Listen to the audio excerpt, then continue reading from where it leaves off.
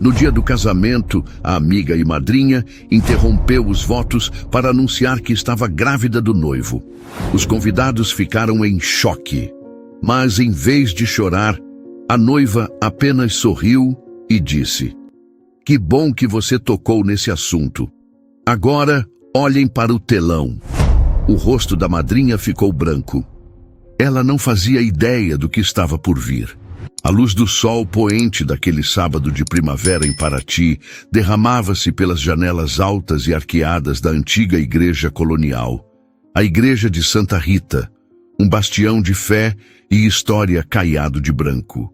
Os raios oblíquos e dourados não apenas iluminavam, mas pareciam dar substância ao ar, transformando a poeira suspensa, levantada pelos passos dos 200 convidados, em um redemoinho de partículas de ouro dançantes.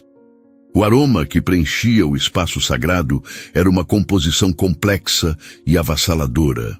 A doçura quase narcótica do jasmim e dos lírios brancos, que desciam em cascatas opulentas pelo altar de madeira escura e se espalhavam em arranjos generosos ao longo do corredor, misturava-se ao cheiro resinoso e antigo da cera de vela queimada e à fragrância de séculos de história impregnada na madeira e na pedra. Qualquer um ali presente, mesmo o mais cético, podia sentir a solenidade do momento. Uma santidade quase palpável que parecia prometer eternidade, um portal para uma felicidade duradoura.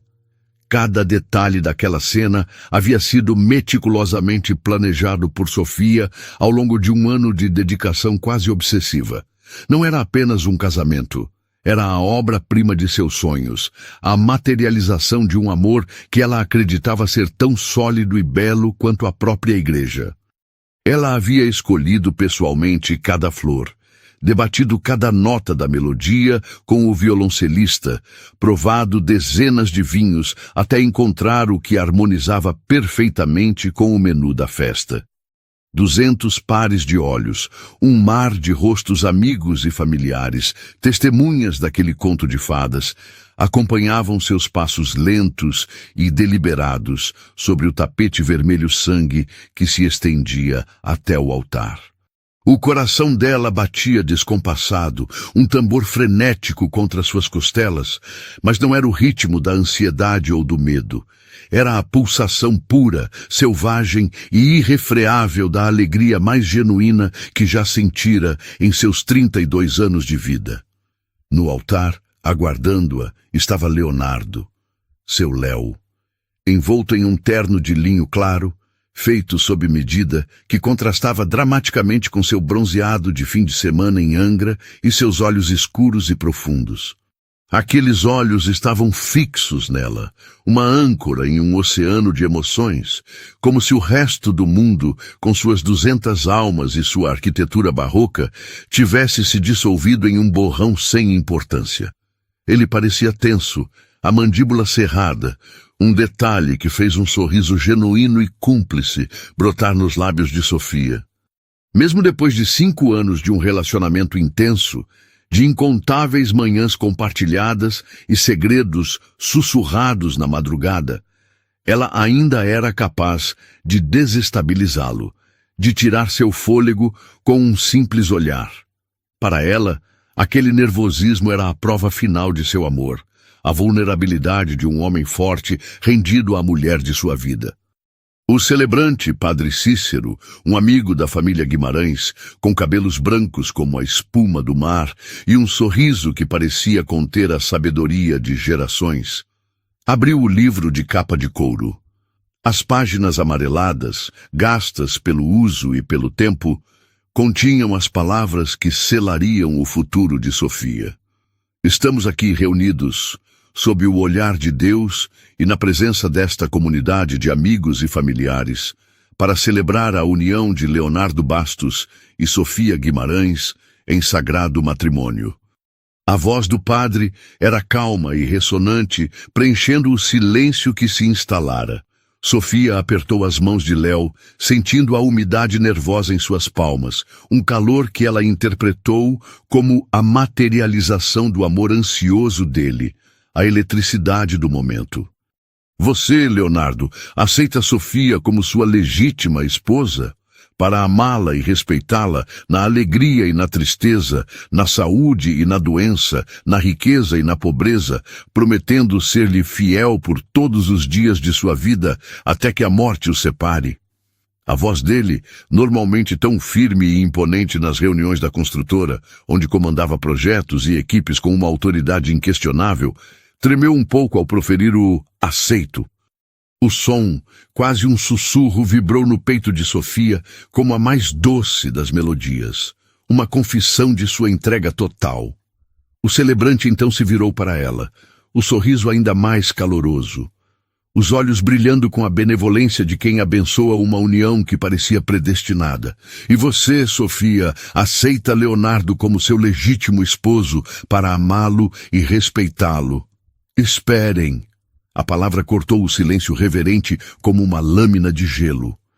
Não foi um grito, mas um sussurro firme, carregado de uma intenção fria e deliberada que fez cada pessoa na igreja se virar em uníssono, como um campo de girassóis, seguindo um sol sombrio e inesperado. O som coletivo de espanto foi como o quebrar de uma onda suave na praia, um prelúdio para a tempestade que se formava no altar. De pé, ao lado dos outros padrinhos, estava Clara, a madrinha de honra de Sofia. A mulher que ela conhecia desde os tempos de colégio, a guardiã de seus segredos mais íntimos, medos mais profundos e sonhos mais audaciosos. A irmã que ela escolhera. Clara usava o vestido verde-oliva de seda que haviam escolhido juntas em uma tarde ensolarada e cheia de risadas na rua Oscar Freire, em São Paulo. Mas seu rosto, normalmente vibrante e sorridente, estava contorcido por uma expressão sombria, uma máscara de determinação e justiça própria que Sofia jamais vira antes. Eu não posso permitir que isso continue, declarou Clara, sua voz ecoando pela acústica perfeita da igreja, cada sílaba um martelo contra o vitral da felicidade de Sofia. Sofia, você precisa saber da verdade. O pai de Sofia, Estevão, um homem corpulento e de coração mole, cujo maior orgulho era a felicidade da filha, fez menção de se levantar da primeira fileira, o instinto protetor gritando mais alto que o decoro. Seus punhos se fecharam, o rosto tornando-se uma nuvem de tempestade. Mas sua esposa, Laura, uma mulher de uma força silenciosa e elegante, o segurou pelo braço, os nós dos dedos brancos de tensão. Espere, Estevão. Deixe-a, ela sussurrou, os olhos fixos na filha, uma confiança inabalável em sua força. Os cochichos começaram, um zumbido baixo e venenoso que crescia a cada segundo, espalhando-se pelos bancos como uma praga, os convidados se inclinando uns para os outros, os celulares começando a emergir discretamente dos bolsos e bolsas. Clara, o que você está fazendo? Sofia conseguiu dizer, a voz surpreendentemente calma, uma ilha de serenidade em um oceano de caos iminente.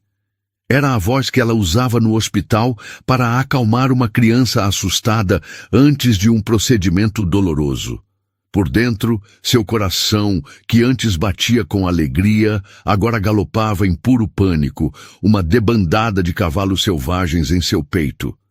Clara ergueu o queixo, desafiadora, assumindo o papel de mártir, de heroína relutante de uma tragédia. Eu estou grávida, Sofia, e o pai é o Léo. O choque transformou os murmúrios em exclamações audíveis. Alguém na fileira de trás deixou escapar um "Meu Deus do céu" alto o suficiente para que todos ouvissem. O violoncelo emudeceu abruptamente.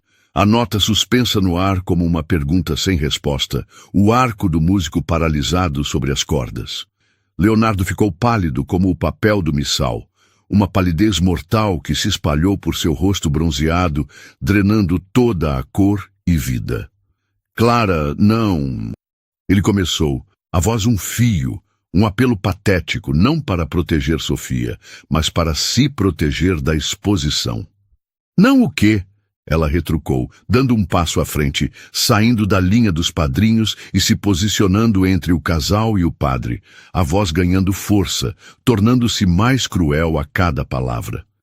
Não contar para ela como você tem ido ao meu apartamento há meses, dizendo que precisava desabafar sobre a pressão do casamento? Não contar como você dizia que estava repensando tudo, que se sentia sufocado pela perfeição dela? Não contar como sussurrava que me amava enquanto... Já chega! O grito veio do irmão mais velho de Sofia, Mateus, que se levantou de um salto, o rosto uma máscara de fúria protetora. Ele era um homem calmo por natureza, mas a visão da dor iminente no rosto da irmã o transformou.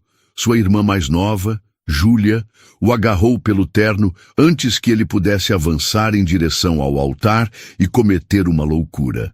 Clara ignorou a interrupção. O caos a alimentava. Ela lançou a Sofia um sorriso de escárnio, um brilho de triunfo doentio em seus olhos.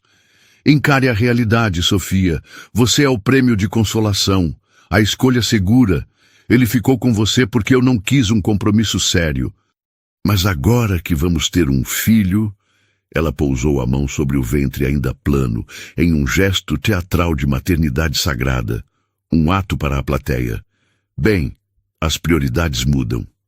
A igreja mergulhou em um silêncio mortal, quebrado apenas pelo som das contas do terço da avó de Sofia, Dona Inês, batendo umas nas outras enquanto ela rezava apressadamente, os lábios se movendo em uma prece silenciosa, buscando uma intervenção divina que não viria. Sofia olhou para Leonardo. Gotas de suor brotavam em sua testa, escorrendo por suas têmporas. Sua boca se abria e fechava como a de um peixe fora d'água, buscando um ar que parecia ter sido roubado de seus pulmões, buscando palavras que não existiam. Ele não conseguia sequer encará-la. Seus olhos fixos no chão de mármore, como se ali estivesse a resposta para sua própria covardia, para o abismo que se abria a seus pés. E foi nesse momento, ao testemunhar a totalidade de sua fraqueza, a patética desintegração do homem que ela amava, que ela sorriu. Não era um sorriso feliz. Era o sorriso de uma onça pintada que observa a presa cair na armadilha que ela mesma preparou. Um sorriso frio, calculado e terrivelmente belo.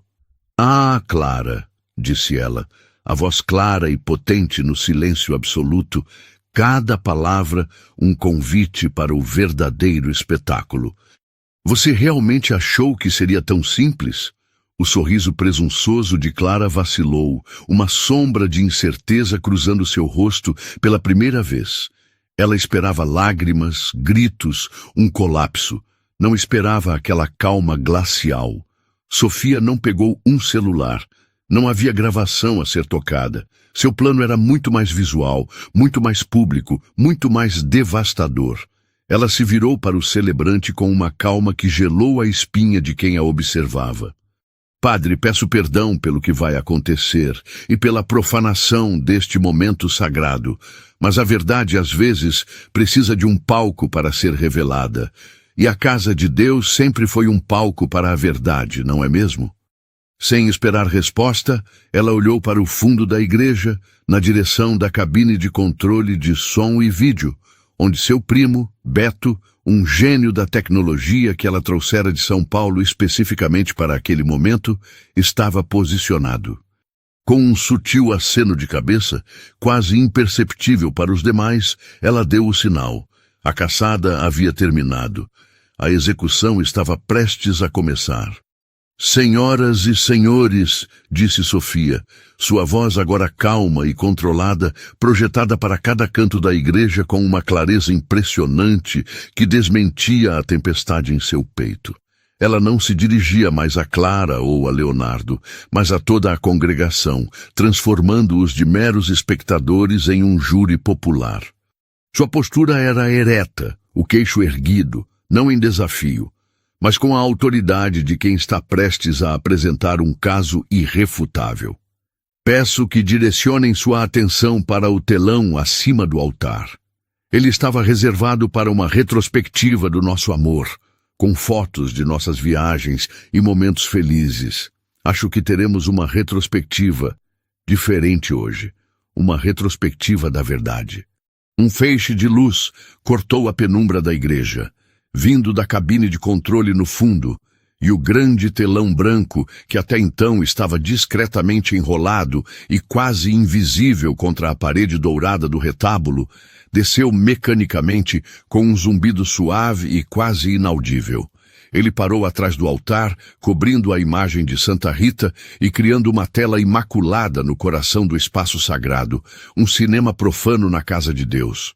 A primeira imagem que surgiu, em alta definição, não foi uma foto sorridente do casal em uma praia paradisíaca, mas um print de uma conversa de WhatsApp.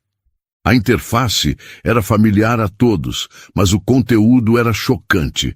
A foto de perfil de Clara, sorrindo em uma selfie com um filtro de orelhas de gatinho, estava nítida ao lado de suas mensagens para uma amiga salva como Tati Personal. A mensagem de Clara, com o carimbo de data e hora de 2 semanas antes, era cristalina e brutal em sua sinceridade. O idiota do Léo caiu direitinho na história da gravidez. Ele está apavorado. Acha que o paizão dele, o todo-poderoso Otávio Bastos, vai obrigá-lo a fazer a coisa certa e casar comigo. O plano é simples: explodir a bomba no altar na frente de todo mundo. Vou sair como a mãe desamparada e ele vai ter que me bancar por anos. Adeus, vida de trabalhar e ralar em agência. Olá, pensão gorda e vida de madame. A congregação ofegou em um único e ruidoso fôlego. O som foi físico, como se o ar tivesse sido arrancado de 200 pulmões ao mesmo tempo. Foi um som de choque, de desaprovação e, para alguns, de um prazer mórbido e inconfessável. Leonardo olhou para o telão e depois para Clara, o rosto uma máscara de confusão e horror. Gravidez? Que história é essa? Você me disse... Você me mostrou o teste, você chorou. Ele balbuciava, as palavras se atropelando. Clara ficou branca como cera, os olhos arregalados em pânico puro, o sangue fugindo de seu rosto.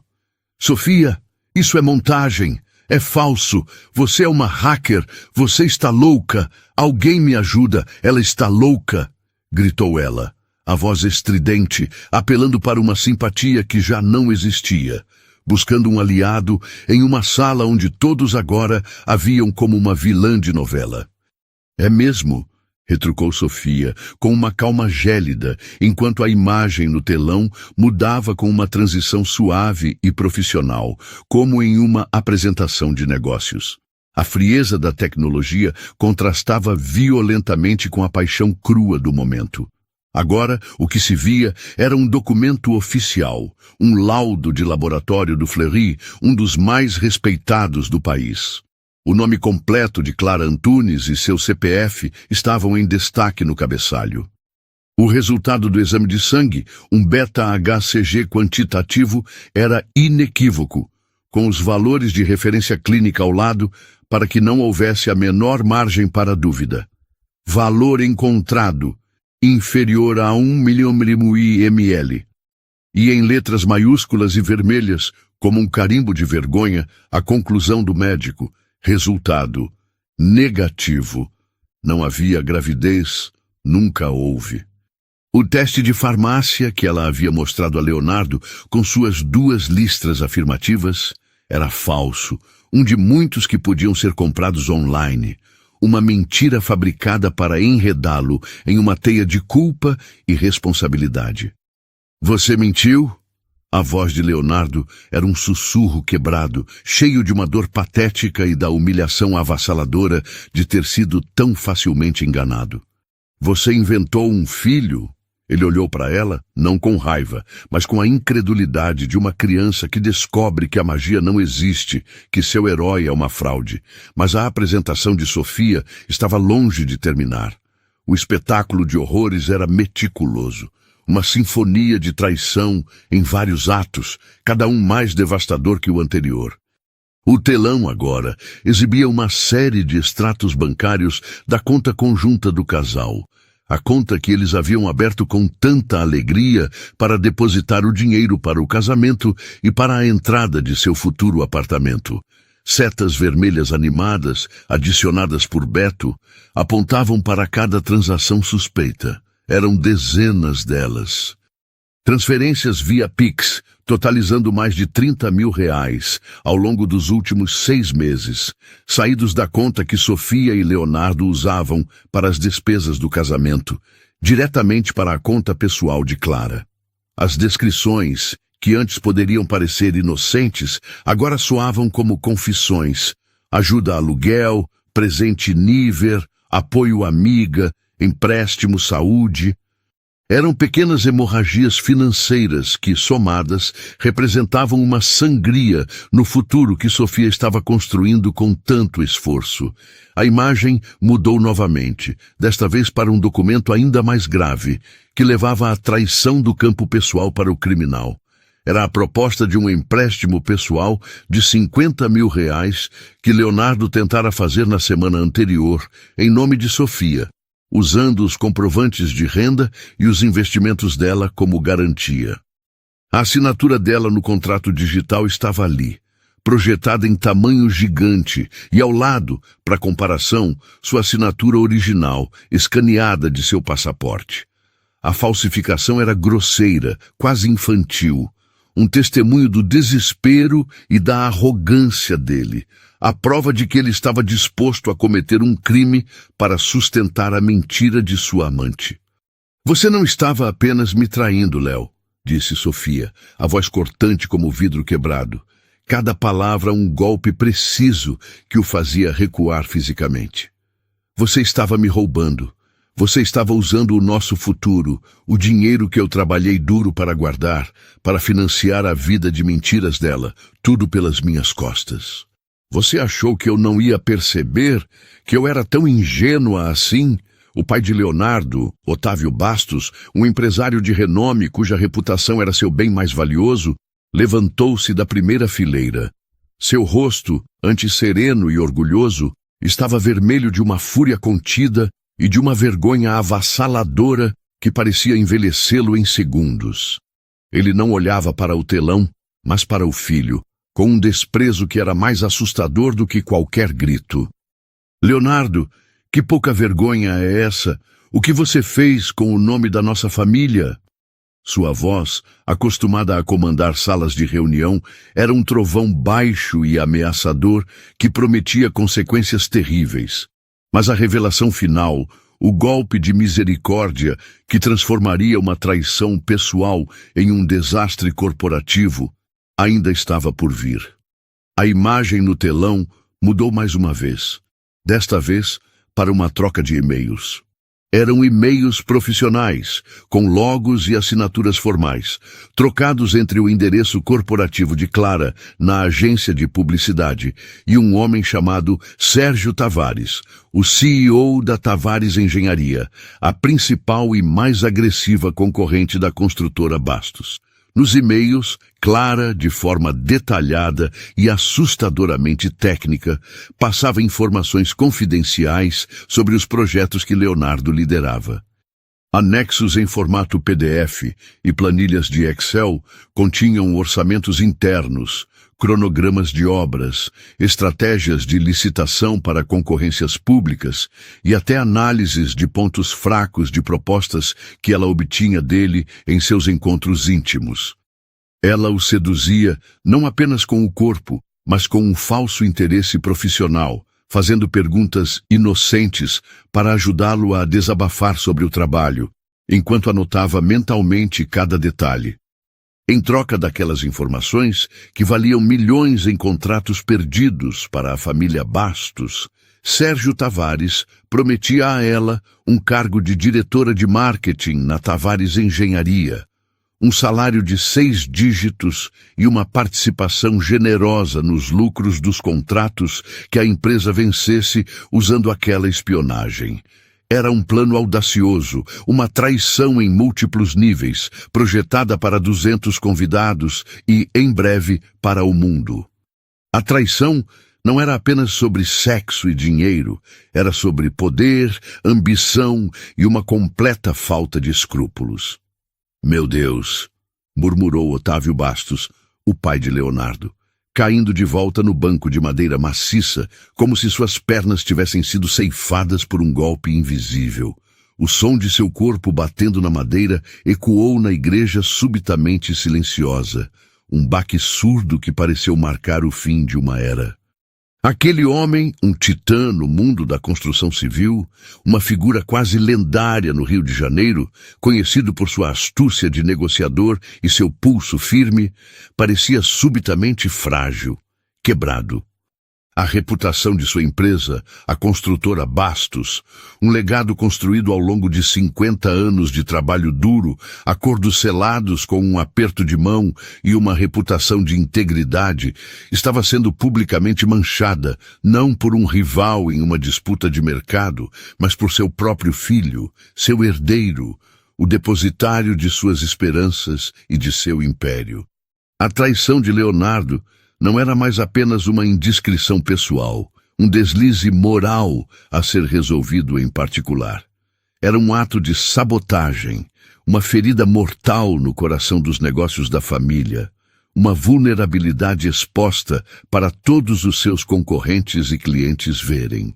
A vergonha em seu rosto era tão profunda, tão visceral, que era quase doloroso de se testemunhar. Era a dor de um pai que via não apenas a falha moral do filho, mas o reflexo de sua própria falha em criá-lo.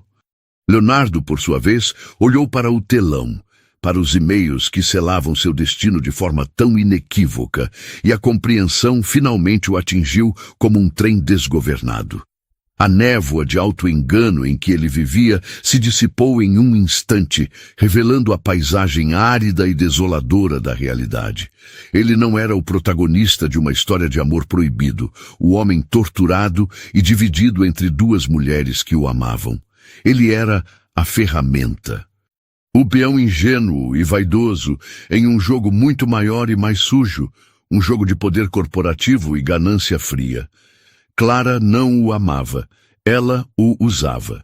Ela explorava sua vaidade, sua necessidade crônica de se sentir desejado e admirado, sua fraqueza por um elogio para extrair dele os segredos que valiam milhões. Ele não era o prêmio, era o cofre, e ela, com seus encantos e falsas confidências, tinha a combinação.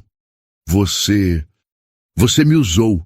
Ele balbuciou, a voz embargada, virando-se para Clara com olhos que misturavam a dor da traição amorosa com a humilhação da estupidez profissional. O tempo todo? Era tudo sobre isso? Sobre dinheiro? Sobre um cargo na Tavares? Clara, encurralada, com todos os olhos daquela igreja sobre ela, como abutre circulando uma carcaça, com sua teia de mentiras desfeita fio por fio em alta definição para uma plateia horrorizada, finalmente abandonou a farsa de vítima.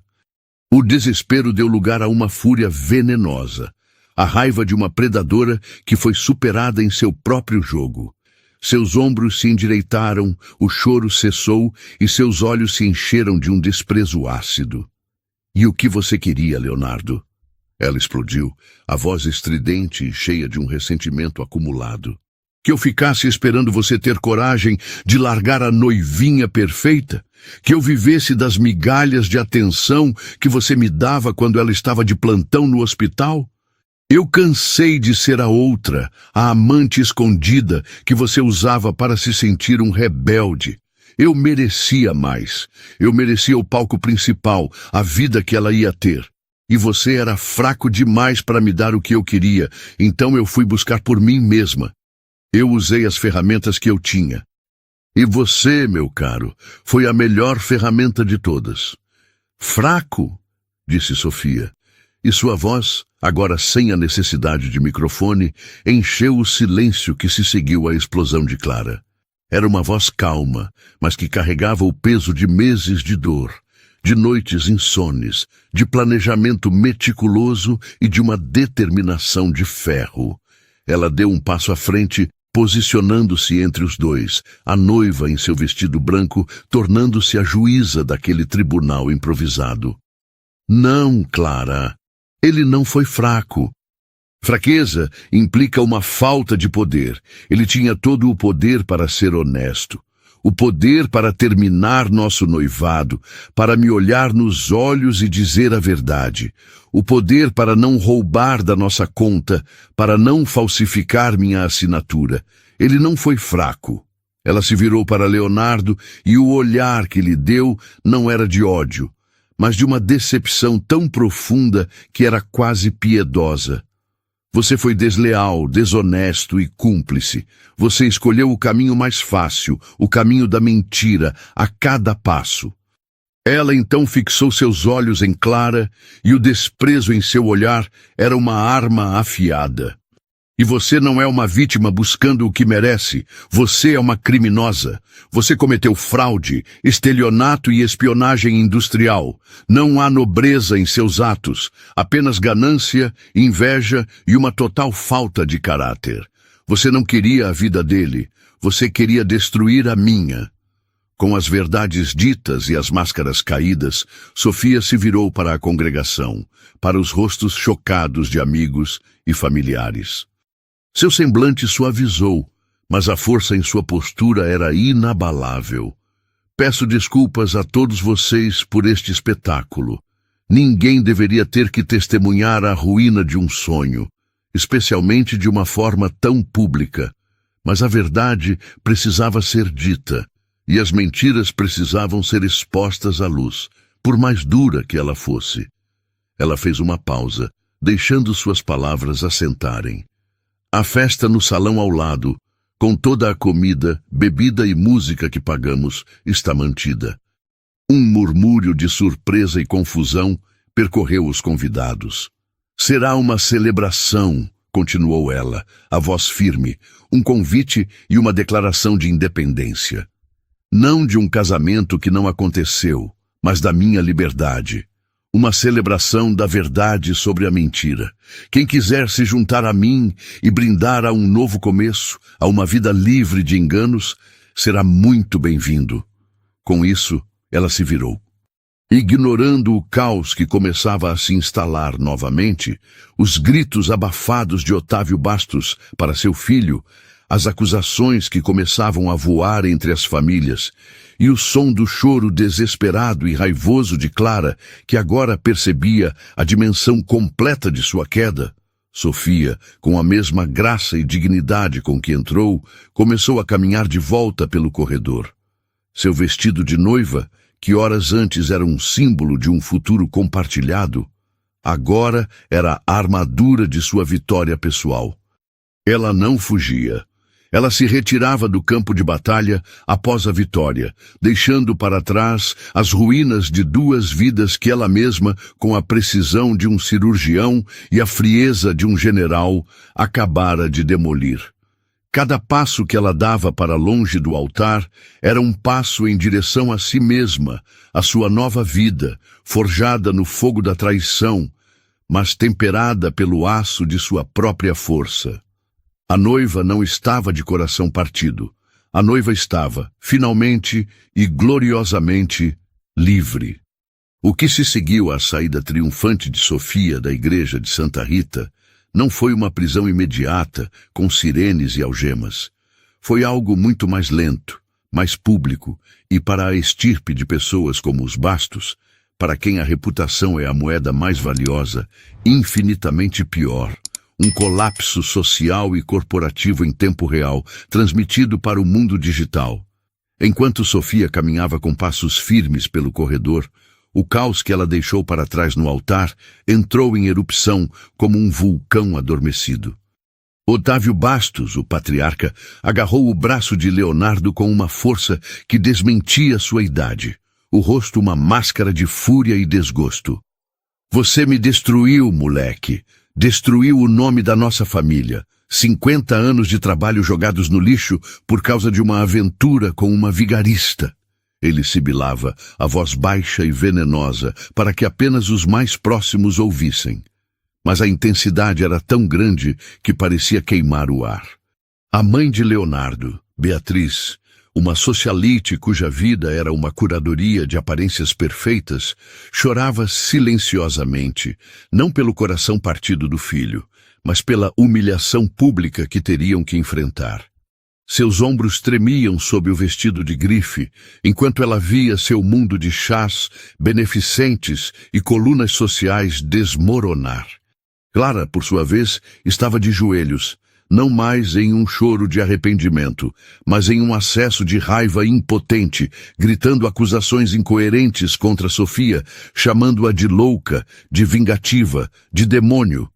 Ela armou tudo isso. Ela nunca me amou, sempre teve inveja de mim. Ela gritava para um público que já não lhe dava ouvidos. Ela havia se tornado invisível, um fantasma no epicentro do desastre que ela mesma criara, sua performance patética apenas acentuando a vitória esmagadora de Sofia. Enquanto isso, a notícia se espalhava como fogo em rastilho de pólvora. Os convidados, ainda em choque, mas com os reflexos da era digital afiados, pegaram seus celulares. Dezenas de vídeos do casamento revelação, gravados de múltiplos ângulos, começaram a inundar o YouTube, o Instagram e os grupos de WhatsApp. A história era simplesmente irresistível. Uma noiva linda e inteligente, um noivo de família rica e poderosa, uma melhor amiga traiçoeira e uma vingança executada com a frieza de um thriller corporativo. Antes mesmo que Sofia chegasse ao salão de festas, a hashtag #AvridVingança em Paraty já estava começando a subir nos trending topics do Brasil, impulsionada por influenciadores digitais e celebridades que estavam entre os convidados e que compartilhavam a história com seus milhões de seguidores. Os portais de notícias, farejando o cheiro de um escândalo de alta sociedade, começaram a ligar incessantemente para os convidados, oferecendo dinheiro por vídeos exclusivos e depoimentos em primeira mão. O salão de festas, um lugar elegante e arejado, com paredes de vidro que ofereciam uma vista deslumbrante da Baía de Paraty, estava preparado para um sonho. Toalhas de mesa de linho branco importado ainda cobriam as mesas redondas. Centros de mesa com lírios, jasmins e orquídeas ainda perfumavam o ar. A banda, uma das mais requisitadas para casamentos no eixo Rio-São Paulo, contratada a peso de ouro, afinava seus instrumentos, pronta para tocar a playlist romântica que Léo e Sofia haviam escolhido com tanto carinho. Mas em vez de celebrar um casamento, eles estavam prestes a testemunhar o que a prima de Sofia, com um humor ácido e tipicamente carioca, apelidou de a festa de divórcio mais épica do mundo. Não vamos desperdiçar um centavo do dinheiro da Sophie, declarou a mãe de Sofia, Laura, quando chegaram ao local, os olhos brilhando com uma fúria protetora que a transformava em uma leoa. Nós pagamos por esta comida, pagamos por esta música e vamos celebrar a coragem e a liberdade da minha filha. Quem não quiser celebrar, a porta da rua é a serventia da casa. E foi o que fizeram. Eles celebraram. Os convidados que seguiram Sofia até o salão, e surpreendentemente, quase todos o fizeram, movidos por uma mistura de lealdade, curiosidade mórbida e uma admiração genuína pela força dela, encontraram uma atmosfera surreal. Sofia, ainda em seu vestido de noiva, subiu ao pequeno palco montado para a banda. Ela pegou o microfone e um silêncio expectante caiu sobre o salão. Eu sei que não foi a cerimônia que todos esperavam, disse ela, um pequeno sorriso cansado, mas genuíno, brincando em seus lábios. E eu sei que todos estão chocados. Eu também estou. Mas já que temos um bar aberto com o melhor champanhe, uma banda incrível e a melhor comida que Paraty pode oferecer, eu me recuso a deixar que a desonestidade e a ganância de duas pessoas estraguem a nossa noite. Ela ergueu a taça que sua irmã lhe entregara. Hoje não brindamos a um casamento que não aconteceu. Brindamos a verdade, por mais dolorosa que seja. Brindamos aos recomeços, por mais assustadores que pareçam, e brindamos ao fato de que, às vezes, se livrar de um problema é o maior presente que podemos receber, a minha liberdade. O salão explodiu em aplausos e vivas, um som muito mais alto e genuíno do que qualquer aplauso que se seguiria a um sim no altar. A banda, recebendo um sinal de Sofia, abandonou o repertório romântico de bossa nova e mergulhou em um set vibrante de samba, pop rock nacional e clássicos dançantes dos anos 80. A pista de dança, que deveria ser inaugurada com uma valsa lenta e coreografada, foi invadida por tios, primos e amigos dançando com uma energia catártica, celebrando não a união de um casal, mas a libertação de uma mulher. Sofia trocou seus saltos Jimmy Choo por um par de havaianas brancas que sua irmã previdente havia trazido em sua bolsa. Ela dançou com seu pai, que a rodopiava com lágrimas de orgulho escorrendo pelo rosto.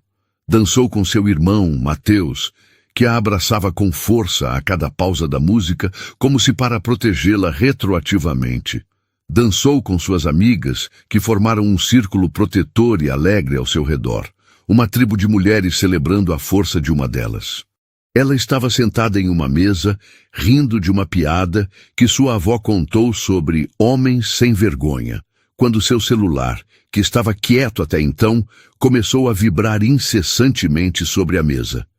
Eram notificações de portais de notícias como G1 e UOL, links para vídeos no YouTube com centenas de milhares de visualizações e uma enxurrada de mensagens de amigos distantes e até de desconhecidos que de alguma forma conseguiram seu número.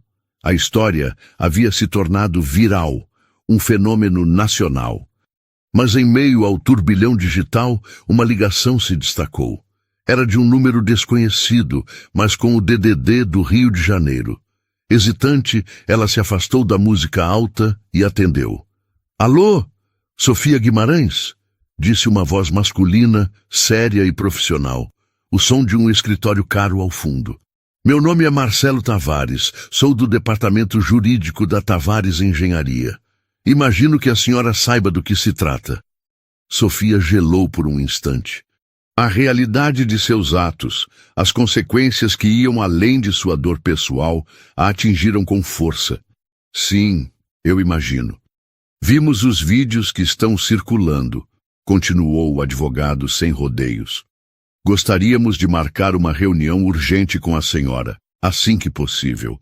Temos um interesse mútuo em garantir que a senhorita Antunes e o senhor Bastos respondam legalmente por seus atos. As provas que a senhora apresentou são extremamente valiosas para nós. Acreditamos que temos base para uma ação robusta por concorrência desleal e espionagem industrial.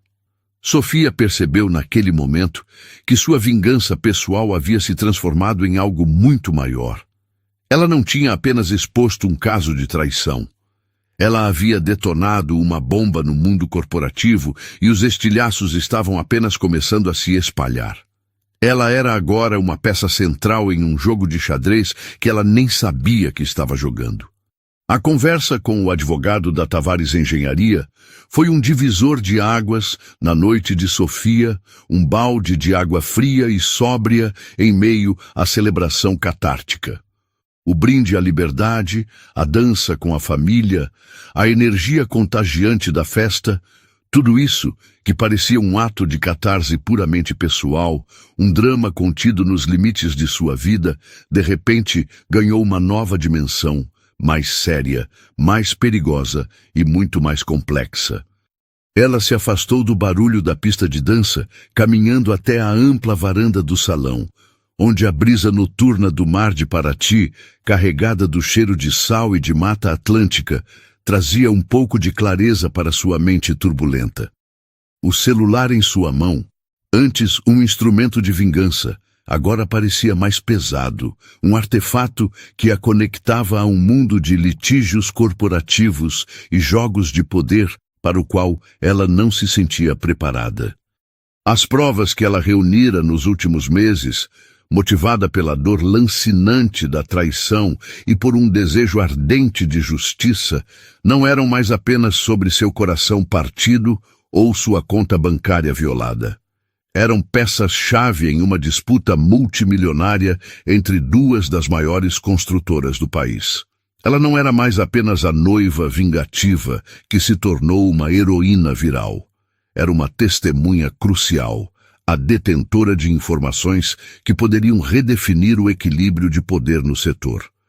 Enquanto ela observava as luzes dos barcos de pesca piscando na baía escura, um reflexo tremeluzente na água calma, sua irmã Júlia se aproximou, envolvendo seus ombros com um xale de cachemira que alguém havia deixado em uma cadeira. "Você está bem? Vi você no telefone, parecia sério, seu rosto mudou." Sofia respirou fundo, o ar fresco ajudando a ancorá-la no presente. Era o advogado da Tavares Engenharia, a concorrente dos Bastos. Os olhos de Júlia se arregalaram, a compreensão imediata das implicações. "Já? Meu Deus, Sophie, eles não perdem tempo. O que eles queriam?" "Eles querem se encontrar comigo o mais rápido possível, querem as provas, querem processar a Clara e, por tabela, o Léo e a empresa do pai dele." O advogado falou em interesse mútuo e ação robusta.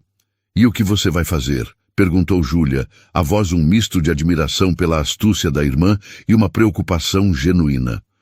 "Eles podem te colocar no meio de uma guerra de tubarões, Sophie. A família Bastos é poderosa, mas a Tavares Engenharia joga ainda mais sujo. Isso pode ficar perigoso." "Eu sei", respondeu Sofia pensativa, o olhar perdido no horizonte escuro. "Mas essa guerra já começou no momento em que a Clara decidiu me usar como peão. Eu só acendi o pavio. A Clara e o Léo não me traíram apenas emocionalmente. Eles me usaram, me roubaram e me colocaram em risco legal sem que eu soubesse. A espionagem que a Clara fez, ela usou meu nome, nossa casa, nossa intimidade como fachada para os crimes dela. Se eu não colaborar, se eu não entregar tudo que tenho, quem garante que os Bastos não tentarão me pintar como cúmplice para salvar a pele deles? Eu preciso escolher um lado, e com certeza não será o deles." Ela olhou para a irmã, os olhos brilhando com uma nova e fria determinação. "Eu não vou deixar que eles me arrastem para a lama com eles. Eu vou me encontrar com os advogados. Vou entregar tudo. E vou garantir que eles paguem por cada centavo, cada mentira, cada noite que eu passei em claro juntando esse quebra-cabeça, duvidando da minha própria sanidade." Seu pai, Estevão, e seu irmão, Mateus, se juntaram a elas na varanda, trazendo consigo o cheiro de charuto e uísque. Eles haviam observado a conversa de longe, percebendo a mudança no semblante de Sofia. "Filha, o que houve?" perguntou Estevão, a voz grave. Sofia explicou a ligação da Tavares Engenharia. Mateus, que era advogado, embora atuasse na área tributária, franziu a testa. "Isso é sério, Sophie. Muito sério. Você vai precisar de representação legal de primeira linha. Não pode ir a essa reunião sozinha. A Tavares pode parecer sua aliada agora, mas no mundo corporativo não existem amigos, apenas interesses." "Seu irmão tem razão", concordou Estevão. "Amanhã, a primeira coisa que faremos é ligar para o escritório do Dr. Alencar, em São Paulo. Ele é o melhor em litígios corporativos. Ele vai te proteger. Nós vamos te proteger. Você não está sozinha nisso." O alívio inundou Sofia. O peso em seus ombros diminuiu um pouco. Ela havia executado sua vingança sozinha, mas não precisava enfrentar as consequências da mesma forma. Sua família era sua fortaleza. A festa continuou até as primeiras horas da manhã, mas a atmosfera havia mudado sutilmente para o círculo íntimo de Sofia. A euforia inicial deu lugar a uma sensação de expectativa, de preparação para a próxima batalha. Os vídeos no YouTube já ultrapassavam a marca de 1 milhão de visualizações cada. O nome Sofia Guimarães era o assunto mais comentado do país. Repórteres de grandes emissoras de TV e jornais já estavam a caminho de Paraty, transformando a pacata cidade histórica no epicentro do maior escândalo do ano. Na manhã seguinte, a realidade bateu à porta na forma de uma equipe de reportagem da TV Globo, com um repórter conhecido nacionalmente, esperando do lado de fora da pousada charmosa onde a família de Sofia estava hospedada. Foi então que ela recebeu outra ligação, desta vez da produção do programa da Ana Maria Braga. Eles não queriam apenas uma entrevista, queriam exclusividade. Queriam que ela contasse sua história para milhões de brasileiros, ao vivo, no sofá mais famoso do país. Após uma longa conversa com sua família e uma ligação preliminar com o Dr. Alencar, que a aconselhou a controlar a narrativa, ela aceitou. Não por fama, mas por estratégia.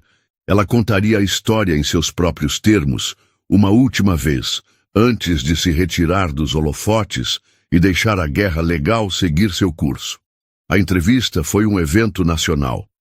Sofia, vestida com uma elegância sóbria e poderosa, sentou-se em frente a Ana Maria e, com uma calma e precisão que impressionaram a todos, narrou os fatos. Ela não chorou, não se fez de vítima. Ela apresentou sua história como um estudo de caso sobre confiança traída e a importância de não ignorar os sinais de alerta, a famosa intuição feminina.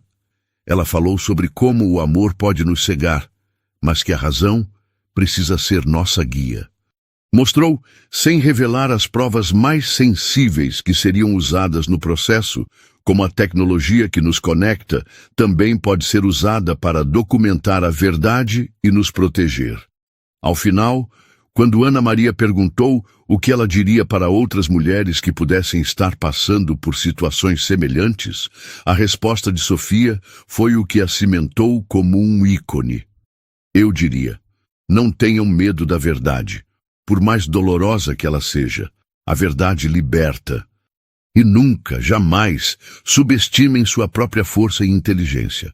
A dor da traição passa, mas a dignidade que você mantém ao se defender e lutar por si mesma é para sempre. As consequências para Leonardo e Clara foram rápidas e brutais, mas, como Sofia previra, não vieram na forma de uma sentença de prisão imediata. O processo judicial se arrastaria por anos, um lembrete constante de sua queda. A verdadeira punição foi o exílio social e profissional. A construtora Bastos, em uma jogada de sobrevivência corporativa, emitiu uma nota pública repudiando veementemente as ações de Leonardo, anunciando sua demissão sumária e a abertura de um processo interno e externo contra ele por perdas e danos, e contra Clara por espionagem. Otávio Bastos, para salvar a empresa que era sua vida, sacrificou o filho no altar da opinião pública e do mercado. Leonardo foi deserdado, seus cartões de crédito cancelados, seu acesso aos bens da família cortado. De um dia para o outro, ele passou de herdeiro de um império a um pária, com o nome manchado, sem amigos e sem perspectivas. Clara enfrentou um destino ainda pior. Processada pela Tavares Engenharia, que a usou e a descartou como um peão sacrificial para mostrar boa-fé ao mercado, pela família Bastos e por Sofia, ela se viu afogada em dívidas legais que jamais conseguiria pagar. A agência de publicidade onde trabalhava a demitiu por justa causa, citando o dano irreparável à imagem da empresa. Nenhum outro empregador a queria. Seus amigos da alta sociedade desapareceram, pararam de atender suas ligações. Ela, que sonhava com uma vida de luxo bancada pelos outros, acabou tendo que vender o próprio apartamento para pagar a primeira parte dos honorários dos advogados. Sua queda tão espetacular e pública quanto a ambição que a motivou. A justiça para eles não foi a perda da liberdade física, mas a perda de tudo aquilo que eles mais valorizavam: status, dinheiro, poder e reputação. Meses se passaram, transformando-se em um ano, depois 2. A poeira do escândalo que abalou o mundo corporativo e social do Rio de Janeiro começou a baixar, como a cinza de um vulcão após uma erupção violenta. A história de Sofia Guimarães, no entanto, não desapareceu. Ela permaneceu no imaginário popular, uma espécie de lenda moderna sobre justiça e empoderamento, contada e recontada em mesas de bar, salões de beleza e fóruns online. Tornou-se um verbete urbano para dar a volta por cima. Sofia, fiel à sua palavra e à sua nova essência, retirou-se completamente da vida pública após sua entrevista marcante. Ela recusou ofertas poupudas para livros de autoajuda, roteiros de filmes e séries documentais, compreendendo com uma sabedoria recém-adquirida que a sua paz e seu anonimato valiam mais do que qualquer cheque ou reconhecimento. O processo judicial contra Clara e Leonardo seguiu seu curso lento e tortuoso pelos corredores da justiça brasileira, mas, para Sofia, a batalha principal já havia sido vencida no dia em que ela escolheu a si mesma no altar daquela igreja em Paraty. Ela deixou o desenrolar jurídico nas mãos de sua formidável equipe de advogados, liderada pelo Dr. Alencar, sabendo que as provas que havia coletado eram irrefutáveis e que a justiça, embora tardia, seguiria seu curso. Ela não precisava mais acompanhar cada passo. Sua vingança já estava completa. Com o dinheiro que havia economizado para o casamento e a entrada do apartamento, agora livre de qualquer vínculo com Leonardo, e com uma quantia substancial recebida em um acordo extrajudicial com a Tavares Engenharia como compensação por seu papel como testemunha-chave, ela se viu diante de uma tela em branco. Pela primeira vez em anos, seu futuro não estava atrelado aos sonhos de outra pessoa, às expectativas de uma família ou às demandas de um relacionamento. Era um território vasto, desconhecido e por vezes um pouco assustador, mas incrivelmente, vertiginosamente seu. A primeira decisão foi se afastar de tudo que a lembrava de sua vida antiga. Ela vendeu sua parte no apartamento que dividira com Léo, cortando o último laço físico com aquele passado.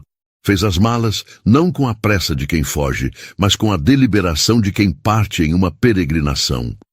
E em vez de seguir o roteiro clássico de uma viagem à Europa, um destino que, em sua mente, ainda estava manchado pelos planos que fizera com ele, pelos hotéis que haviam pesquisado juntos, pelas cidades que sonharam em conhecer, optou por um caminho radicalmente diferente. Seu espírito não pedia o conforto do velho mundo, mas o desafio, a estranheza e a introspecção do Oriente. Ela embarcou em uma longa viagem de 6 meses pela Ásia, uma jornada que era tanto geográfica quanto espiritual. Não foi uma viagem de luxo em resort 5 estrelas, mas de imersão.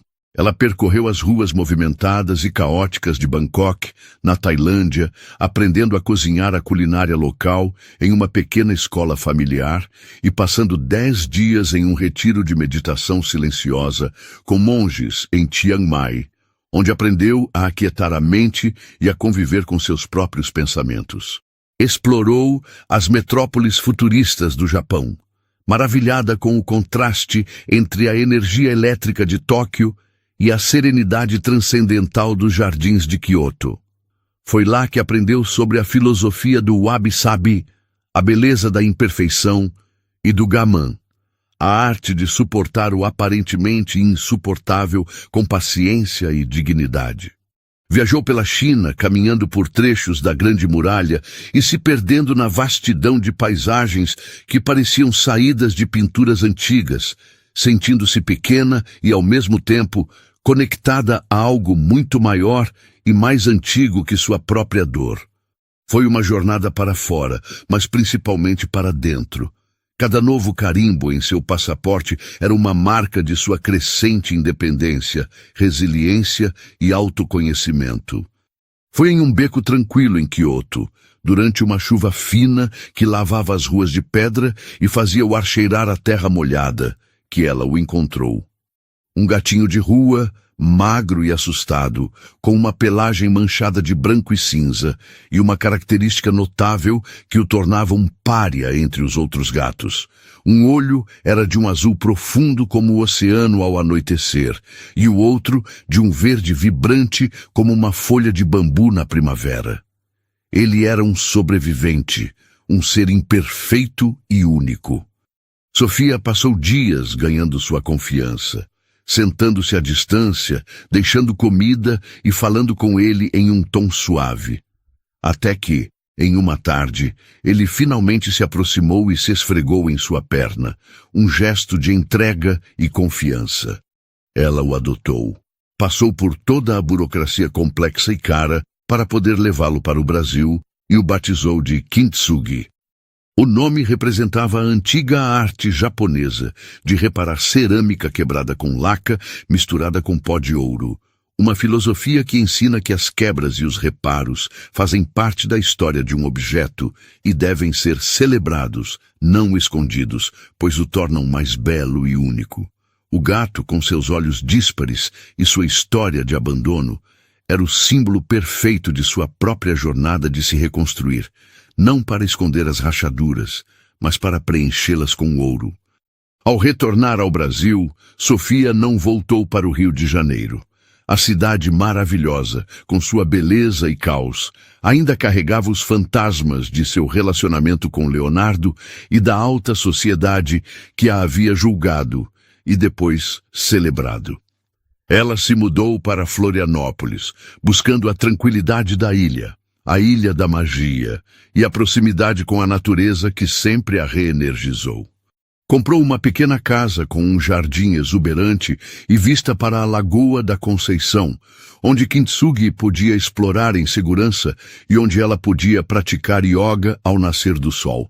Voltou a estudar, matriculando-se no mestrado em fisioterapia pediátrica, com especialização em neurologia na Universidade Federal de Santa Catarina, um sonho que havia adiado por causa do relacionamento. Mergulhou no trabalho e nos estudos com uma paixão renovada, encontrando um propósito profundo em ajudar crianças com desafios neurológicos a atingirem seu máximo potencial.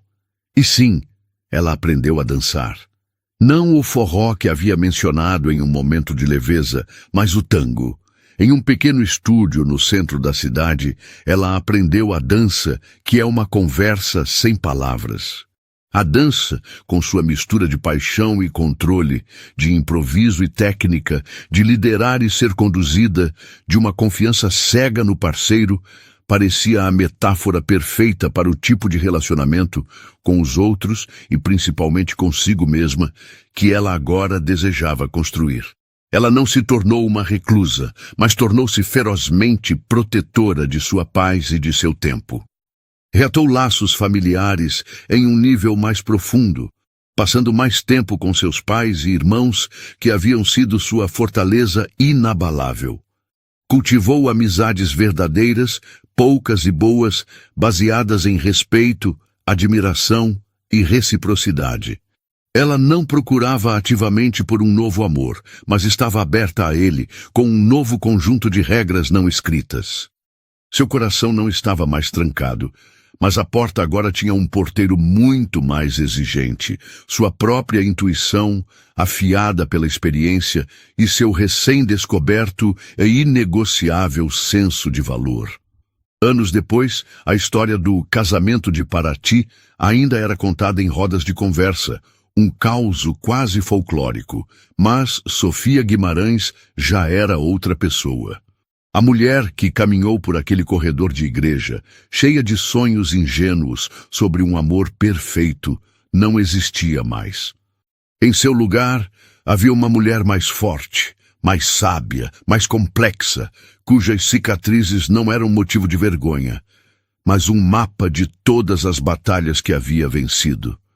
A maior vingança dela, no fim das contas, não foi a humilhação pública de seus traidores. Foi a vida extraordinária, plena e autêntica que ela construiu para si mesma a partir das cinzas do que eles tentaram destruir. Eles queriam arruiná-la, mas em vez disso, eles a libertaram. E em sua nova vida, sob o sol de Florianópolis, com seu gato de olhos ímpares e seus passos de tango. Ela era finalmente e completamente feliz. E para todos que acompanharam essa jornada épica até aqui, a pergunta que fica é: o que vocês acharam da atitude e da reconstrução de Sofia? De 0 a 10, que nota vocês dão para essa nova e avassaladora reviravolta? Deixem aqui nos comentários e não se esqueçam de deixar o like no vídeo e se inscrever no canal para não perder nenhuma história. A gente se vê na próxima.